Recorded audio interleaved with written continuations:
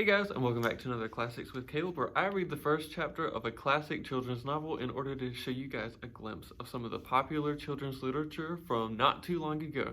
So today we're going to be reading a December favorite. It's The Best Christmas Pageant Ever by Barbara Robinson, and this was written in 1972. So let's go ahead and get started without further hesitation. Chapter 1. The Thedmans were absolutely the worst kids in the history of the world.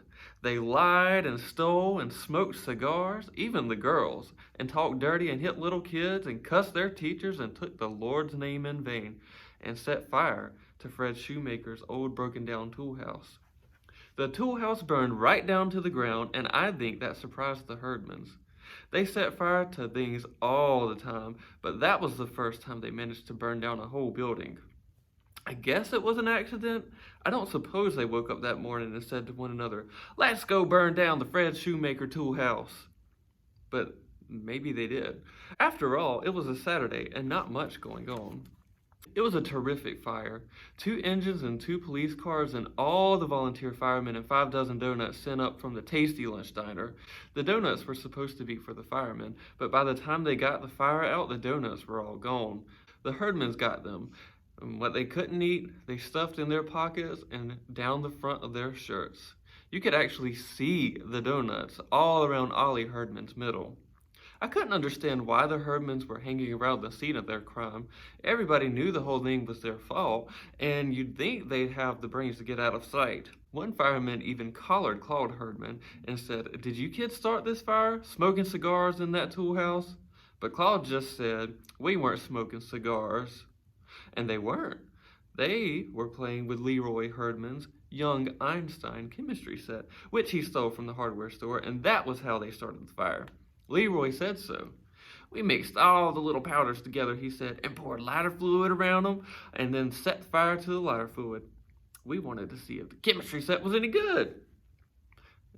Any other kid, even a mean kid, would have been a little worried if he stole a $4.95 worth of something and then burned down a whole building with it. But Leroy was just mad because the chemistry set got burned up along with everything else before he had a chance to make 1 or 2 bombs. The fire chief got us all together. There were about 15 or 20 kids standing around watching the fire and gave us a little talk about playing with matches and gasoline and dangerous things like that. "I don't say that's what happened here," he told us. "I don't know what happened here, but that could have been it, and you see the result. So let this be a good lesson to you boys and girls." Of course, it was a great lesson to the Thedmans. They learned that wherever there's a fire, there will be free donuts sooner or later.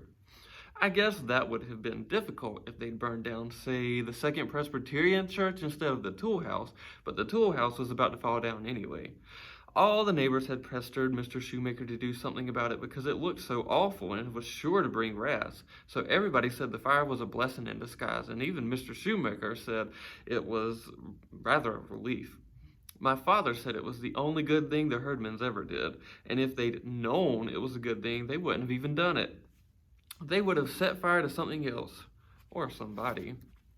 They were just so all around awful, you could hardly believe they were even real. Ralph, Imogene, Leroy, Claude, Ollie, and Gladys. 6 skinny, stringer-haired kids, all alike except for being different sizes and having different black and blue places where they clonked each other. They lived over a garage at the bottom of Sproul Hill. Nobody used the garage anymore, but the Thedmans used to bang the door up and down just as fast as they could and try and squash one another. That was their idea of a game. Where other people had grass in their front yard, the Thedmans had rocks. And where other people had hydrangea bushes, the Thedmans had poison ivy. There was also a sign in their front yard that said, "Beware of the cat." New kids always laughed about that till they got a look at the cat.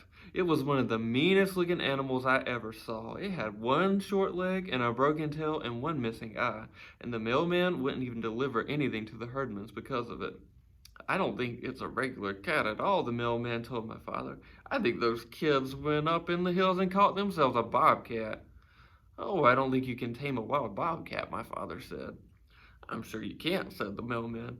"They'd never try to tame it. They'd just try and make it wilder than it was to begin with." If that was their plan, it worked. The cat would attack anything it could that it saw out of its one eye. One day, Claude Herdman emptied the whole first grade in 3 minutes flat when he took the cat to show and tell.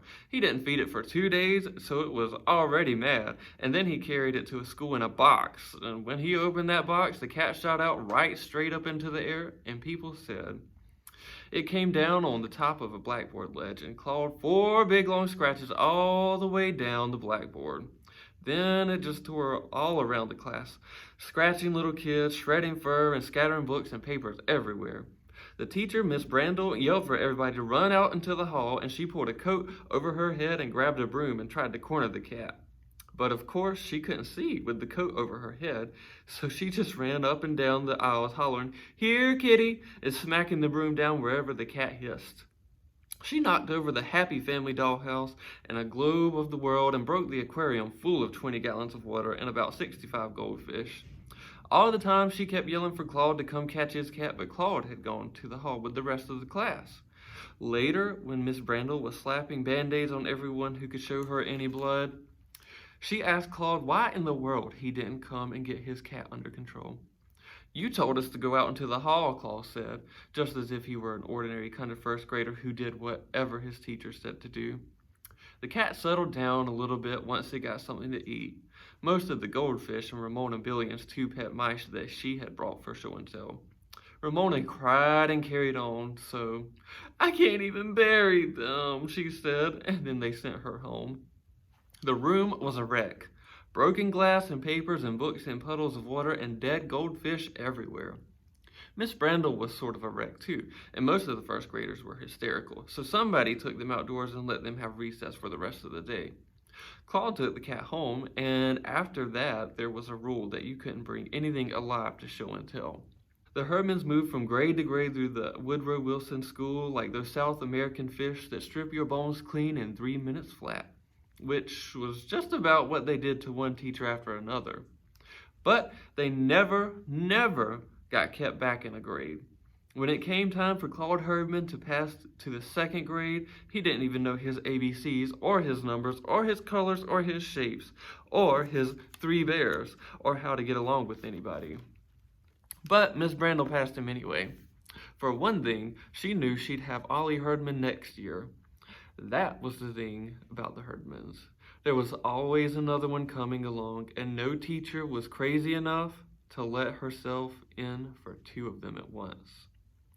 I was always in the same grade with Imogene Herdman, and what I did was stay out of her way.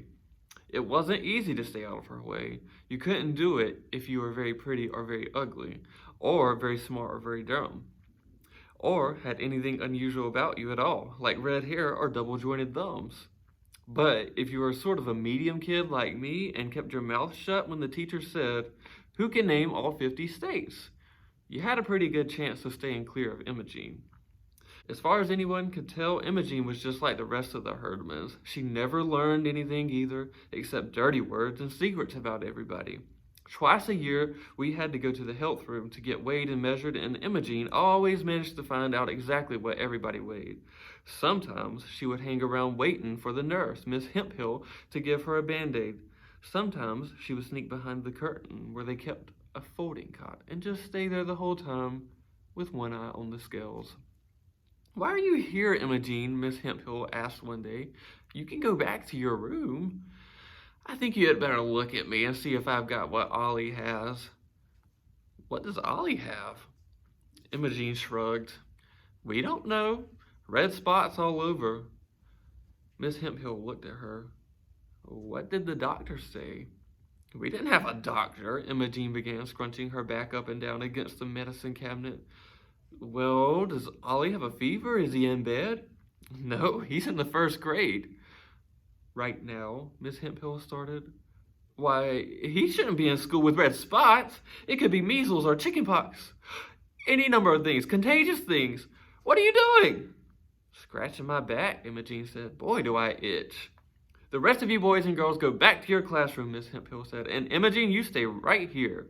So we all went back to our room, and Miss Hemphill went to the 1st grade to look at Ollie, and Imogene stayed in the health room and copied down everybody's weight from Miss Hemphill's records. Your weight was supposed to be a big secret, like what you got on your report card. It's nobody's business what you get on your report card, all the teacher said, and Miss Hemphill said the same thing. It's nobody's business what you weigh. Not even the fat kids could find out what they weighed, but Imogene always knew. Don't let Albert Pelfrey on the swing, she would yell you at recess. He'll burst through it. Albert Pelfrey weighs 143 pounds. Last time he weighed 137. So right away, everybody knew two things about Albert. We knew exactly how fat he was, and we also knew that he was getting fatter all the time. You have to go to fat camp this summer, Imogene hollered at him. Miss Hemphill wrote it down on your paper. Fat camp is a place where they feed you lettuce and grapefruit and cottage cheese and eggs for a month, and either you give up and cheat or give up and get skinny. I am not, Albert said. I'm going to Disney with my Uncle Frank. That's what you think, Imogene told him. Albert had to believe her. She was always right about things like that, so all year he had fat camp to look forward to instead of Disneyland. Sometimes Imogene would blackmail the fat kids if they had anything she wanted, like Wanda Pierce's charm bracelet. Wanda Pierce weighed about a ton. She even had fat eyes, and her hobby was this charm bracelet. It had 22 charms, and every single one did something. The little wheels turned, or the little bitty piano keys went blink, or the little tiny drawers opened and closed. Besides being a fat kid, Wanda was also a rich kid, so every time you turned around, she had a new charm. Look at my new charm, she would say. It costs $6.95 without the tax. It's a bird, and when you push this little knob, its wings will flutter. It costs $6.95. They were great charms, but everybody got sick of hearing about them, so it was almost a relief when Imogene blackmailed her out of it. I know how much you weigh, Wanda, Imogene told her. I wrote it down on this piece of paper. See here? It must have been an awful amount, because even Wanda looked horrified. So Imogene got her charm bracelet, and she got Lucille Golden's imitation alligator pocketbook with Souvenir of Florida written on it. For a while, she got 10 cents a week from Floyd Bush, till Floyd got double pneumonia and lost 15 pounds and didn't even care anymore. My friend Alice Wendelkin was so nasty clean that she had detergent hands by the time she was 4 years old. Just the same, Alice picked up a case of head lice when she was at summer camp, and somehow Imogene had found out about it. She would sneak up on Alice at recess and holler, "Cooties!" and smack Alice's head. She nearly knocked Alice cross-eyed before one of the teachers saw her and took both of them to the principal. Now what is all this about, the principal wanted to know, but Alice wouldn't say. I had to hit her, Imogene told him. She's got cooties, and I saw one of them crawling in her hair, and I didn't want them on me.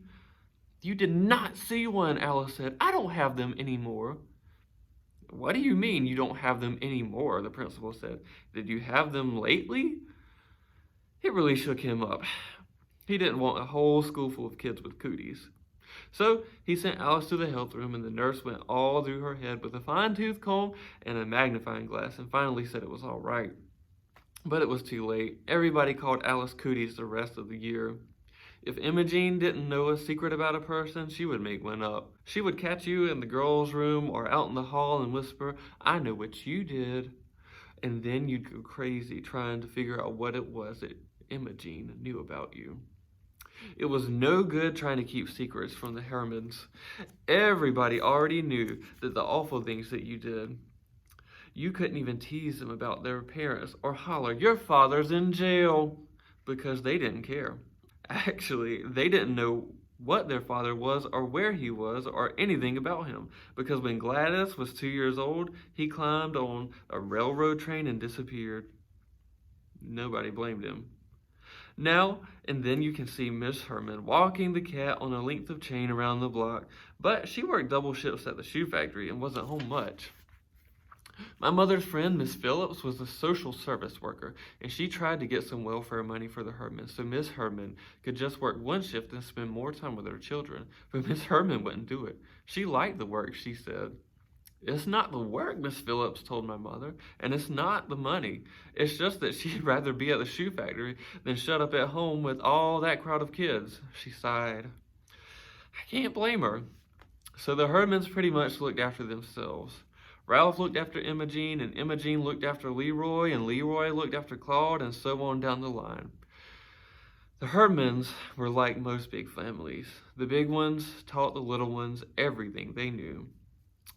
And the proof of that was the meanest herdman of all was Gladys, and the youngest.